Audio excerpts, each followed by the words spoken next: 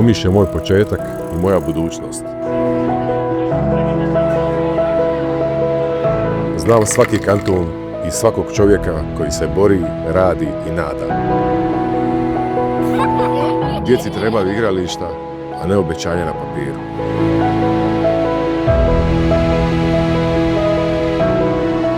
Vrijeme je da se stvari promijene, bez velike priče, sa konkretnim radom.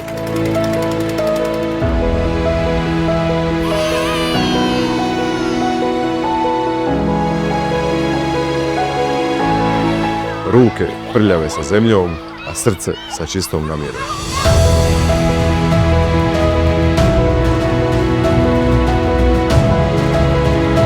U svakom licu vidim razlog za raditi još jače.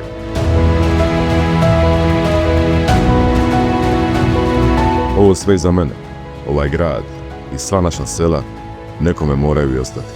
Zato nemojte birati prošlost, birajte budućnost.